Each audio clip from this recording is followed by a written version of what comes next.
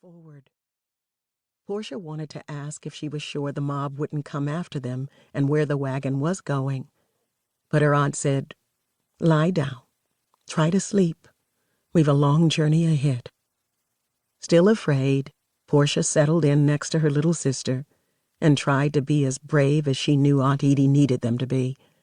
But every time she closed her eyes, she saw the house afire, heard the roar of the angry mob, and thought about Uncle Rhine hanging from the end of a rope.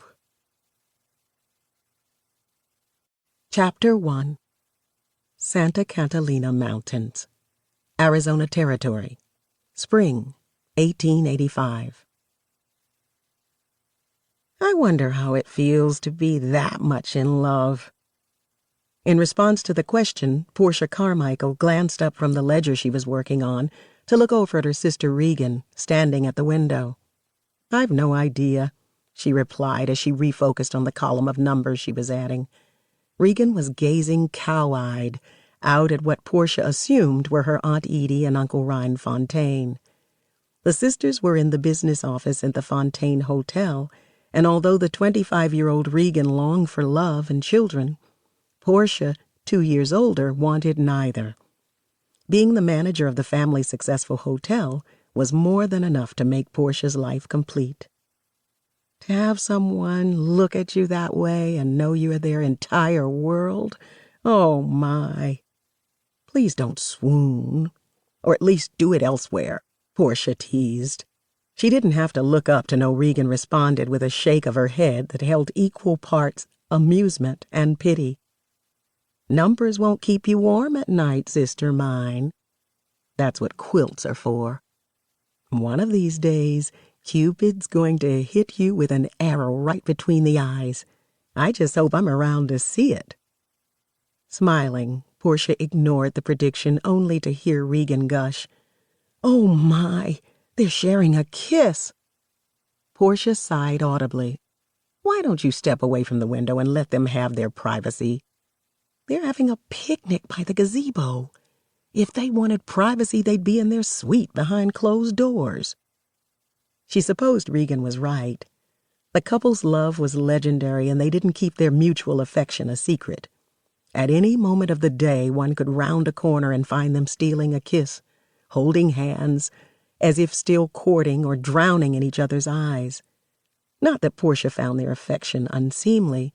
She was glad they were in love, and that it extended to their nieces. Regan vowed, "When I find someone to marry, I want that type of love." Their mother, Corinne, had been in love, and when her intended demanded she cast her daughters aside because they weren't his progeny, Corinne put the then 12-year-old Portia and 10-year-old Regan on a train to their Aunt Edie in Virginia City and never looked back.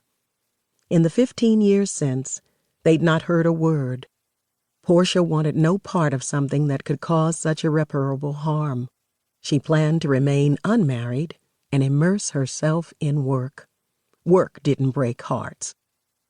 "Don't you want to marry, Portia?" "Not particularly, but if I do, he'll have to be an exceptional fellow who loves me for my intelligence and business acumen, not for how I perform on my knees. I'm not Mama." Regan turned from the window, her voice thoughtful. "Do you ever wonder where she is?" "Sometimes." Portia would never admit how much her heart still ached from being abandoned so callously, or how often she thought about her. "Do you think she wonders about us?" "I don't know." Corinne had been a whore, and the hardship of their life with her still held a pain they rarely discussed. Thanks to Aunt Edie and Uncle Rhine, they'd survived through and were still together. Regan's attention turned to the scene outside the window. "I would love to be as happy as they are." "I added this column wrong," Portia muttered, and began searching for her mistake. She blamed the error on being distracted by her sister's chatter. "Thoughts of being in love can do that." "No, your going on and on about love can do that," she replied, humor in her voice. "Don't you want a man you can sneak off into a corner with and who will kiss you so passionately you don't care if the whole territory is watching?"